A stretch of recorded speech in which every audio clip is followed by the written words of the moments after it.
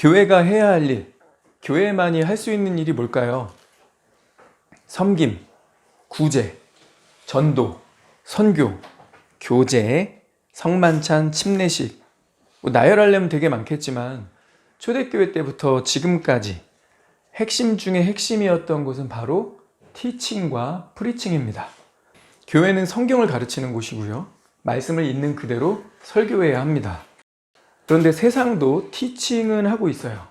아주 잘 가르칩니다. 둘 다 가르침을 하고 있는데 교회와 학원 학교에 큰 차이점이 있다면 뭘까요? 교회는 시험이 없다는 겁니다. 우리 경험을 한번 떠올려 봅시다. 시험이 없다 보니 어떻게 될까요? 학생들은요, 시험이 없으면 공부하지 않습니다. 복습하지 않습니다. 개념은 어떻게 주워 들었는지 몰라도요, 문제를 풀 줄 모릅니다. 연습하지 않으니까. 복습하지 않으면, 자기 것으로 공부해서 흡수하지 않으면 기억나지 않습니다. 밑 빠진 독에 물 붓기처럼 붓는 족족 빠져나가는 거죠. 그래서 학교하고 학원이 어떻게 합니까? 가르친 다음에 문제를 풀게 합니다. 복습시키고 연습하게 합니다. 그래서 애들 문제집 사다 보면요, 개념북을 먼저 풀게 하고 그 다음에 워크북을 따로 줘서 워크북, 문제만 있는 워크북을 통해서 연습하게 합니다. 그리고 나서도 부족하니까 문제만 있는 문제집을 별도로 구매해서 그걸 또 풀게 시킵니다. 그런데 아이가 학원까지 다닌다. 그럼 한 과목에 문제집이 몇 개야? 애들이 문제집에 뭐 덮여서 하는 것 같은 느낌이 들 수도 있죠. 근데 이건 수학만 그런 게 아니고요. 영어든 과학이든 다 그렇더라고요. 메인북이 따로 있고요. 워크북이 별도로 있어서 풀게 합니다. 이렇게 하고 똑같은 단원인데 다른 문제집을 또 삽입시키고 선생님이 시험지 또 내주고 기출문제다 하면서 또 프린트 해주고 그래서 풀게 하고 연습시키고 선생님이 또 풀어주고 집중하라고 하고 집에 가서 풀어오라고 하고 그래도 실력이 오를까 말까 해요. 그렇죠. 그렇게 학원 보내고 과외시키고 문제집 풀게 하고 막 문제집 쌓이게 하고 그러는 인서울 가려고 아등바등 하는데 쉽진 않았죠. 그렇죠? 그런데 복습 없이 문제풀이, 연습 없이 저절로 성적이 오를 수 있을까요? 복습하지 않고 연습하지 않고 자기 것으로 소화하지 않고 집중하지 않는데 성장할 수 있을까요? 그거 이상한 것 같아요. 어디서도 티칭이 이루어지는 곳에서는 그렇게 하지 않습니다. 어쩌면 교회가 성장하지 못하는 이유 중 하나가 성도들이 복습하도록, 성도들이 말씀을 스스로 외우고 들은 말씀을 자기 것으로 소화, 흡수할 수 있도록 하는 그 무엇이 없기 때문인지도 모릅니다. 시험이 있어야 한다. 교회에서도 시험 봐야 한다. 이 얘기를 하려는 건 아니고요. 시험이 없을 때 나타나는 특성을 잠시 생각해 본 겁니다. 시험이 없으면, 목표가 없으면, 자격증이나 칭찬, 보상이 주어지는 것도 아니라면 누가 굳이 공부할까요? 교회가 그렇지 않나요? 일요일만 교회에 참석하는 것을 신앙의 전부로 여기는 풍조가 나타나고 있습니다. 코로나 이후로는 그나마 그 겨우 하던 썬데이 크리스천도 무너졌죠. 온라인 예배 드리겠다.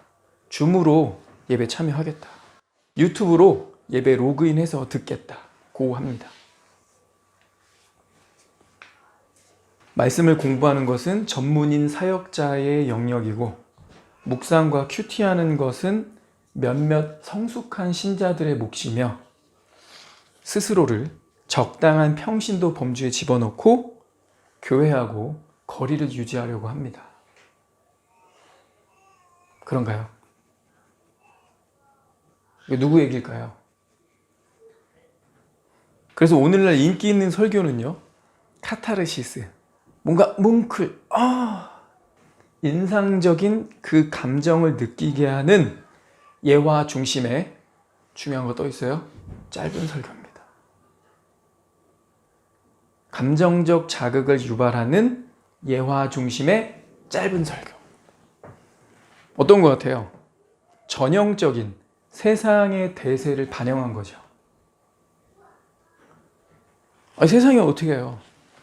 짤방, 틱톡, 유튜브 쇼츠. 자극적인데 짧고 굵게, 인상적인 거, 재밌을 법한 거, 나의 오감을, 호기심을 자극하는, 우리가 그런 거를 소비하는 문화 가운데 살고 있지 않습니까? 조금 긴 영상을 보려면요, 한 15분짜리 이런 거 보려면요, 새로운 거 아니면 안 됩니다. 썸네일도 약간 죄송한 표현이지만 여성들을 벗겨야 돼요. 여성을 상품화하는 시대인 거죠. 유튜브에서 그나마 한 15분, 18분, 뭐 한 21분 이렇게 써 있는데, 시간 그 타임이 딱 써 있는데도 보게 하려면 썸네일을 딱 자극적이게 만든 다음에 멘트를 써줘야 돼요. 자기 전 클릭 금지, 뭐 이런 거죠. 그래서 뭔데?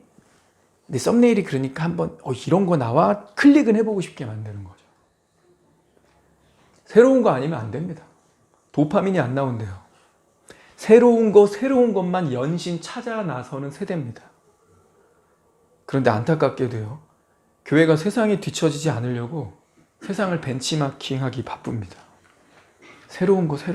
우리도 새로운 거 하자. 요즘 교인들, 야, 옛날에야 뭐 평생 직장 일했지. 요즘 직장 껐득하면 옮겨. 근데 교회도 그렇더라. 지금 성장하는 교회 보면 90%가 수평이동이래. 이왕 이동하실 거 우리 교회로 오시도록 새로운 거. 우리도 새로운 거에서 교회 몸집 좀 키우자. 저는 교회가 새로운 거 제공하기에 혈안이 될 게 아니라요, 성경이 분명히 말하고 있는 거, 반복해서 강조하는 메시지, 이것을요, 성도들로 하여금 생각나게 만들어야 한다고 믿습니다. 시간 얼마 지나지 않아서요, 우리 들은 말씀 금세 까먹습니다.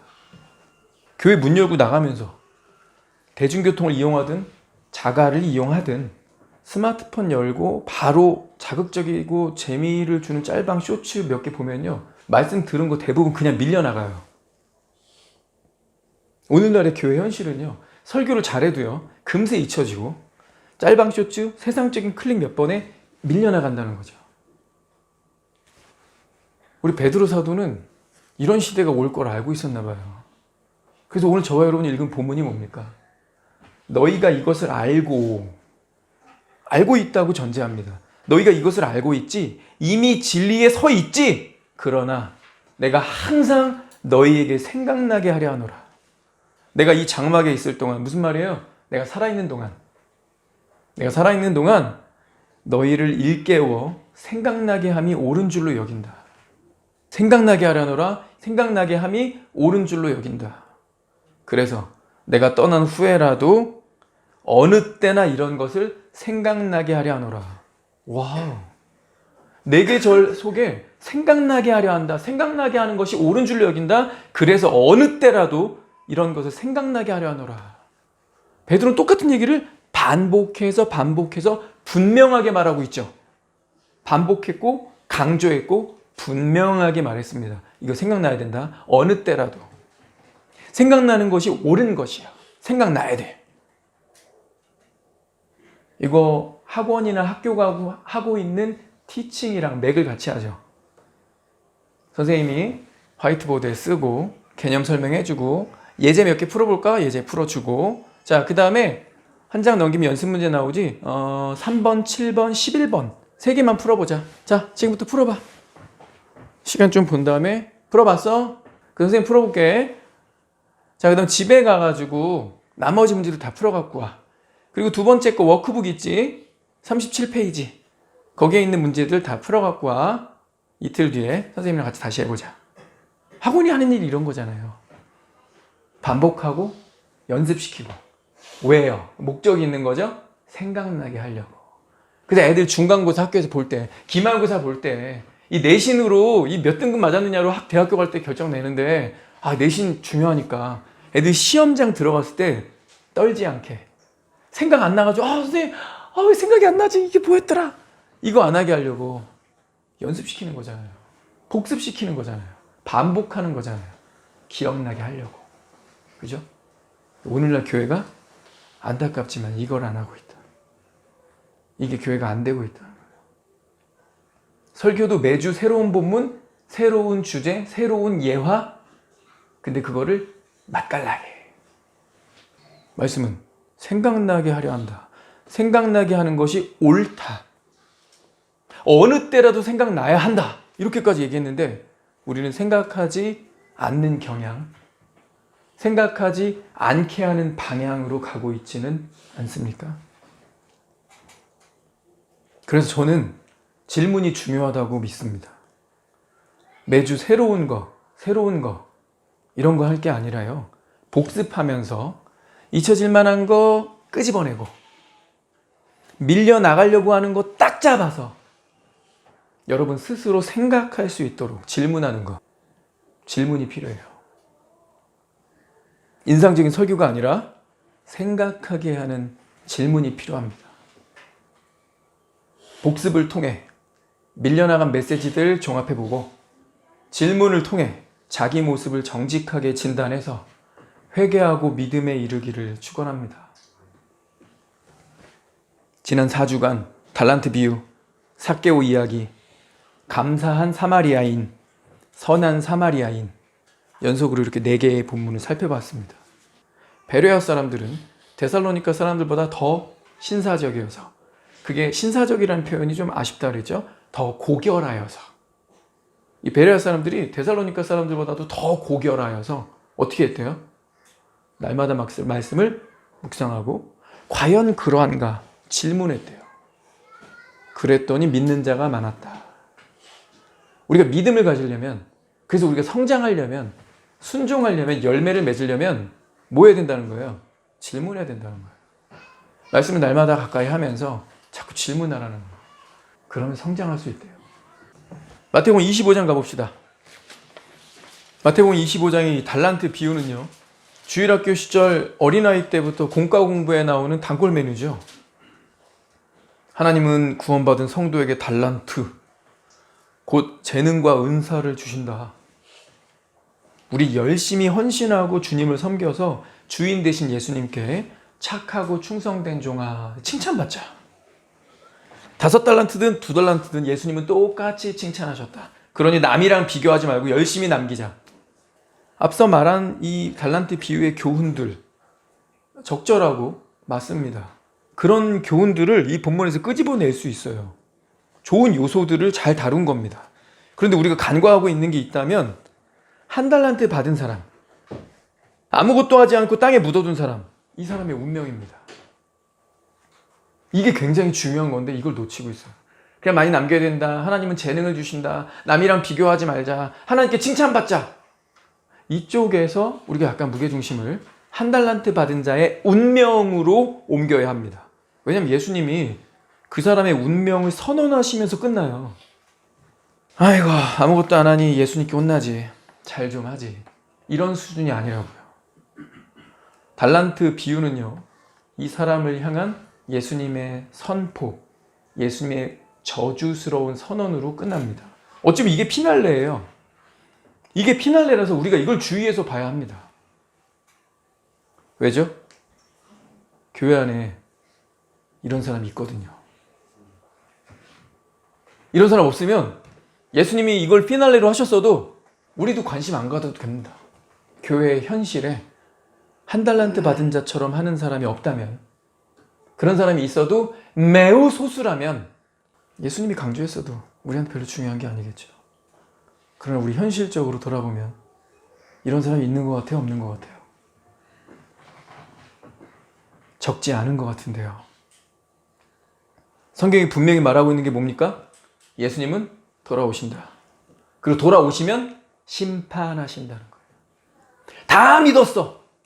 다 교회 다녔어. 예수 믿고 천국 가면 되는 거지. 거기서 무슨 차별이 있냐? 사랑의 예수님이니까 그냥 좀 꾸지람 좀 듣고 말겠지 뭐. 사랑의 예수님이니까 꾸지람 좀 하고 에그 임식 좀 잘 좀 하지. 그래도 얼른 들어와, 천국 가자. 교회 오래 다녔는데 내가 너 모른다 하겠냐? 성경은 반대로 얘기하고 있습니다. 교회 오래 다녔는데 너 누구니? 그냥 모르는 게 아니에요. 도무지 알지 못하니. I never knew you. 결코 모르겠다. Never. 너 도무지 모르겠으니까 떠나가라. 그때 떠나갈 때 어디로 가야 돼요? 영원한 형벌. 예수님은 분명하게 말씀하셨습니다. 30절 우리 한번 읽어봅시다. 30절 마태복음 25장 30절 시작. 이 무익한 종을 바깥 어두운 데로 내쫓으라. 거기서 슬피 울며 이를 갈리라 하니라. 이러고 이 말씀이 끝나죠. 대화할 때도요. 마지막이 중요하죠. 화기애애하게 다 풀고 끝내느냐 아니면 한쪽에서 반대쪽을 향해 저주를 선언하고 화난 투로 기분 나쁜 거 다 뱉고 이렇게 하고 야 각자 집에 가자 뭐 이러고 가면 되게 이상하죠. 예수님 이렇게 끝내셨어요. 슬피 울며 이를 갈리라. 다 침묵이야. 예수님 이거에 첨언하지 않으셨어요. 이거 기억나게 하려고. 그래서 그런지 주석학자들은 딴소리 안 해요.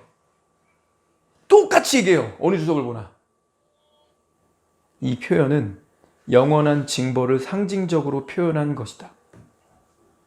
슬피 울며 바깥 어두운데 이거 어디예요? 영원한 형벌의 장소. 달란트 비유는요. 결국 구원 문제, 영생을 다루고 있는 가르침입니다. 천국 가냐 못 가냐, 휴거 되느냐 마느냐 이거랑 관계된 가르침이라는 거죠. 그러니 우리 질문해 봐야죠.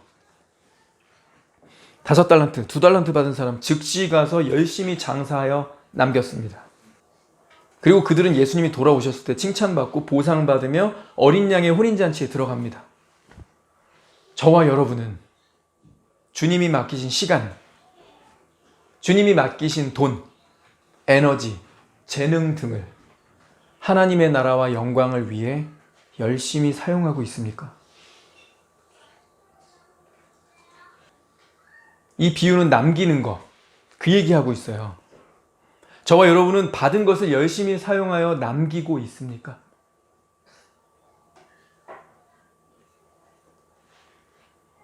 에베소서 5장 8절 보겠습니다. 너희가 전에는 어둠이더니 이제는 주 안에서 빛이라. 빛의 자녀들처럼 행하라. 행하라 그랬어요. 달란트 열심히 사용해서 남기라는 거죠. 삶으로, 마음으로 믿어요. 이거 아니야. 마음으로 믿으면 행하라, 순종하라, 열심히 사용하여 남기라고 얘기하고 있습니다. 10절 같이 읽겠습니다. 시작. 주를 기쁘시게 할 것이 무엇인가 시험하여 보라. 주님을 마음으로 기쁘시게 하라. 마음으로 주님을 사모하라. 이게 아니고요. 시험해 보래요. 달란트 남기라는 거죠. 행동하라는 겁니다. 순종하라는 겁니다. 네가 들은 바, 기억나는 그 말씀을 네 삶 가운데 주중에 실천해 보라는 거죠.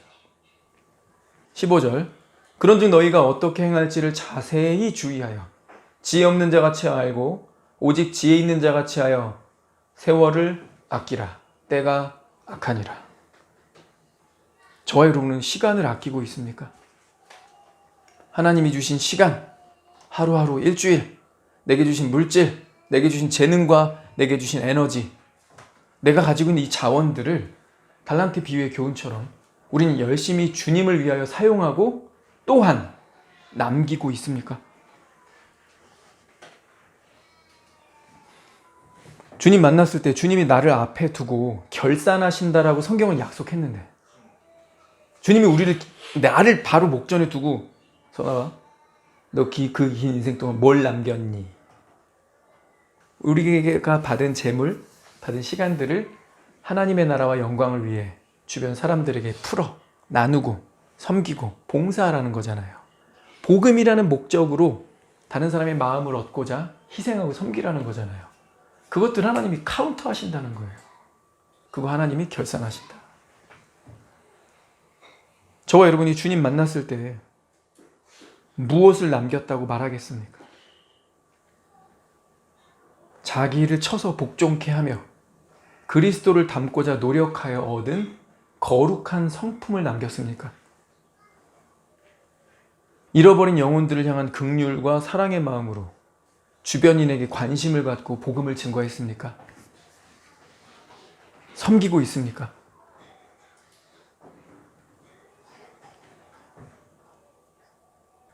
우리 다뤘던 두 번째 본문, 누가복음 19장 가봅시다.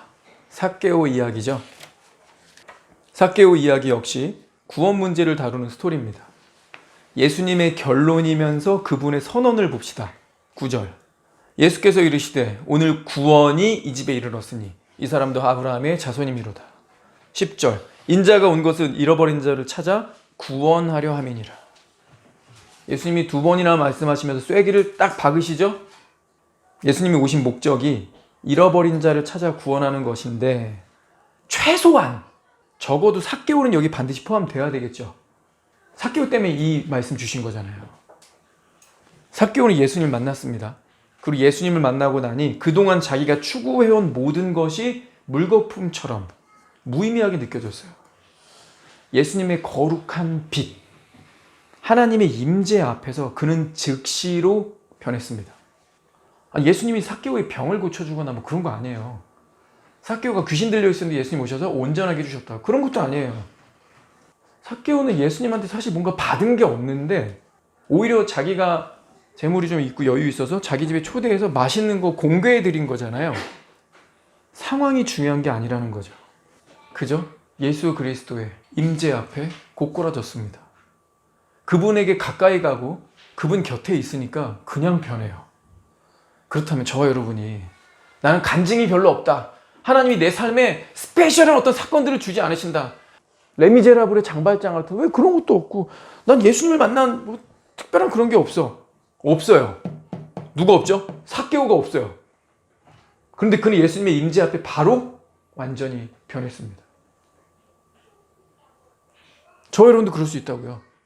나 모태신앙이야. 교회 어릴 때부터 다녔어. 이모, 삼촌, 작은아빠, 할아버지까지 교회 다니신 분이라 나 어릴 때부터 그냥 교회 안에 자랐어. 그래서 복음은 맨날 전도 집회하면서 많이 들었어. 근데 사실 간증할 구원 간증 이런 거는 사실 별로 얘기할 건 없고 삭개오도 없어요. 예수님이 뭔가 해줘서 믿은 게 아니에요. 그분의 임재 앞에, 말씀 앞에 가까이 가니까 변할 수 있다는 거죠. 예수님 만나고 나니까요. 그는 구원의 증거, 구원의 열매를 드러내 보였습니다. 자, 주의할 거. 행위 구원론으로 빠지면 안 돼요. 열매를 보여줘서 구원받은 게 아닙니다. 이 본문은 열매를 보여줘야 구원받는다. 이런 얘기를 하는 게 아니에요. 열매를 보여줘서 구원받은 건 아니지만요. 구원의 열매는 자연스럽게 드러났습니다. 순서상 예수님은 드러난 구원의 열매 위에 구원을 선포하셨어요. 맞아요? 그죠? 삭개오가 구원의 열매를 자연스럽게 드러내니까 예수님이 선언하시죠. 구원이 이 집에 이르렀네. 이 사람 아브라함의 자손이네. 내가 온 거는 잃어버린 자를 찾으라. 잃어버린 자 찾아서 구원시키려고. 바로 이 사람, 삭개오네. 예수님 선언하신 거잖아요. 근데 순서상 어떻다고요? 자연스럽게 드러난 구원의 열매 위에 예수님이 도장을 찍으신 거예요. 구원받은 자에게 열매가 즉각 나타나지 않을 수 있습니다. 그런데 구원의 열매는 지극히 자연스러운 거고요. 구체적으로 우상 철폐를 포함합니다. 삭개오의 우상이 뭐였어요? 돈이죠? 평생 이것 때문에 부정한 행동들, 평생 돈을 모으며 살아왔잖아요. 돈이 이 사람에게 전부였어요. 근데 삭개오가요, 돈에서 자유로워집니다. 집착, 죄를 짓게 하던 그 돈이라는 우상에서 자유로워집니다. 예수님은 나를 죄에서 자유롭게 해주셨지. 나는 죄의 형벌을 내가 당하지 않을 거야. 난 예수 믿었으니까 십자가로 내가 받을 모든 형벌은 그분께 전가되었고 나는 천국 가지. 나는 이제 죄로부터 자유로워졌어.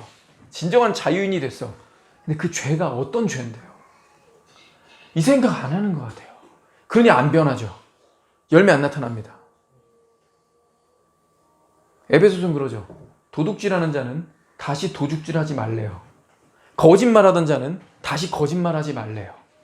더러운 말은 입 밖에도 내지 말고 오직 덕을 세우는 데 소용되는 대로 선한 말을 하여 바뀌라는 거죠.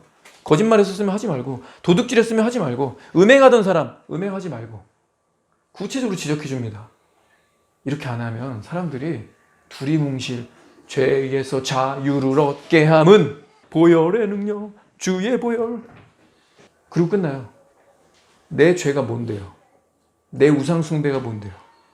그걸 생각 안 한다는 겁니다. 에베소서 5장 5절입니다. 너희도 정녕 이것을 알거니와 음행하는 자나 더러운 자나 탐하는 자나 곧 우상 숭배자는 다 그리스도와 하나님의 나라에서 기업을 얻지 못하리니.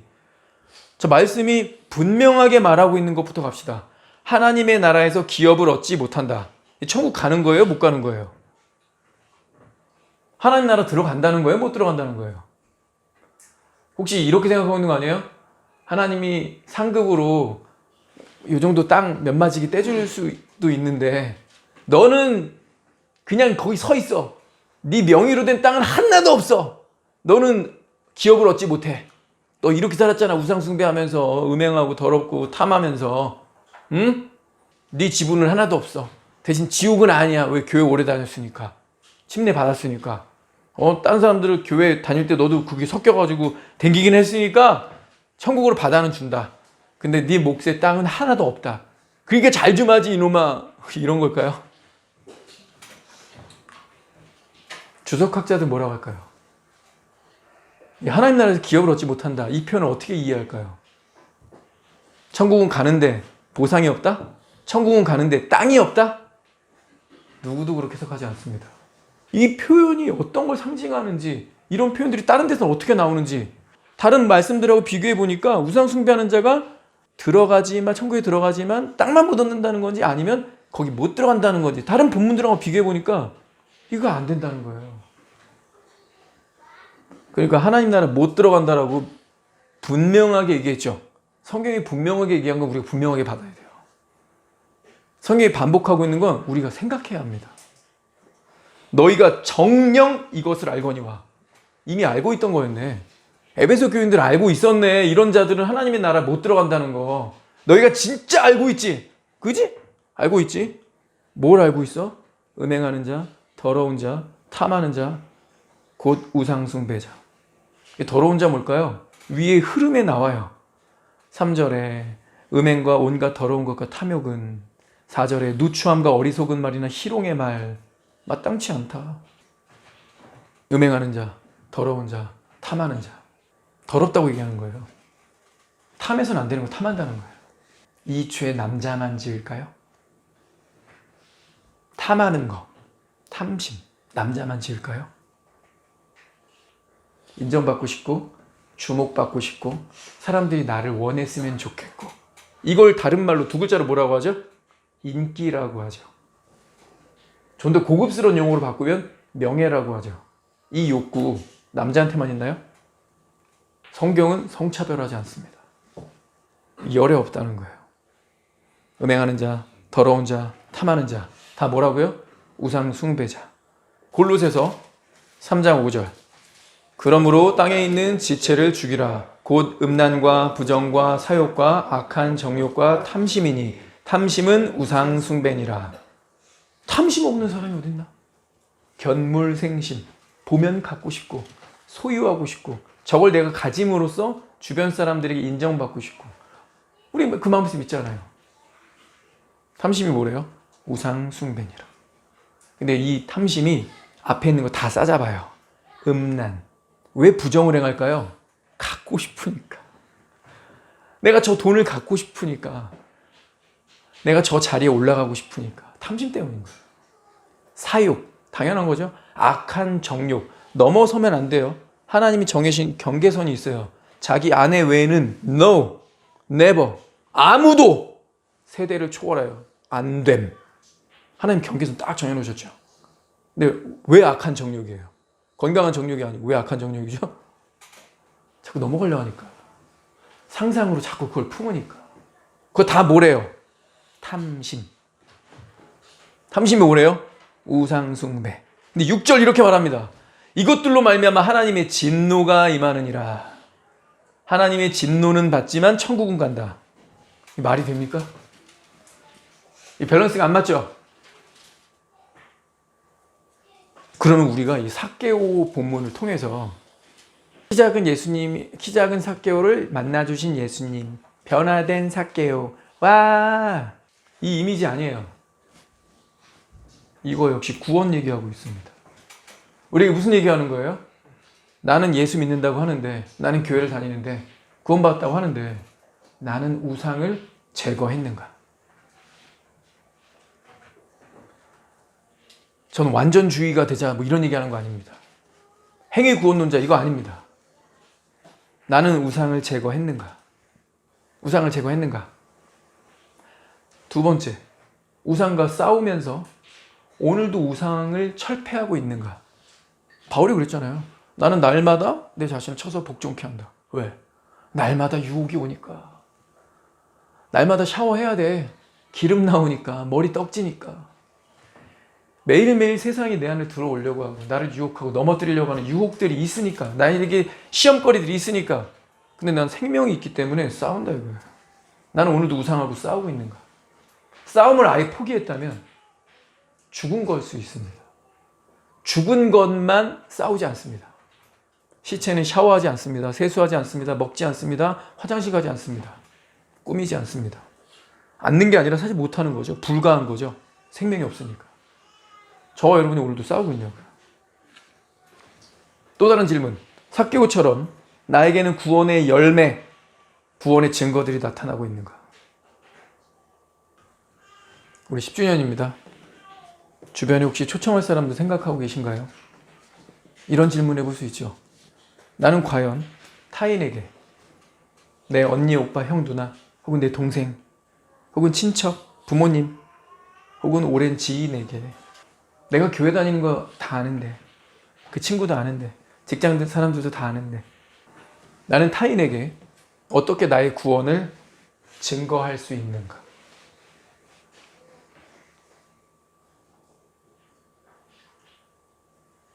복음적인 마인드 자체를 잃어버리면요, 어느 순간 내가 구원을 증거하고 말고 아예 없이 살아갑니다. 더도 말고 덜도 말고 딱 한 명, 10주년이니까 생각은 해볼 수 있죠. 내가 그나마 좀 가깝고 편하게 말할 수 있는 한 사람, 두 사람, 이 한두 사람에게 내가 교회는 다니고 예수 믿는 사람으로서 어떻게 나의 구원을 증거할 수 있는가? 야, 너도 교회 다녀? 교회 왜 다녀? 예수 왜 믿어? 아니, 너 뭐 믿냐? 너는 뭘 믿어? 네가 믿는다는 증거는 뭐야? 삭개오는 그 증거를 얘기하고 주는 거야. 나는 내 평생에 쫓아다녔던 그 우상을 철폐했다. 이게 증거다. 예수님을 만나고 나니까 하나님의 거룩한 임재의 빛 앞에 내가 쫙 쏘이고 나니까 엑스레이 쪼이면 내 뼈가 뒤에 나오는 것처럼 거룩한 그 빛을 쪼이고 나니까 나의 온갖 그 더러움, 우상 숭배하는 그 탐심, 내가 이렇게 더러웠어? 와, 영원한 형벌, 하나님의 진노의 대상이구나 깨닫게 되고 그분 앞에 넙죽 엎드리게 되더라. 그래서 지금까지 난 예수 그리스도 쫓아가고 있다. 앞으로도 그럴 것이다. 이게 내 믿음이야. 저와 여러분에게 이런 마음에서 우러나오는 진정성 있는 고백이 있습니까?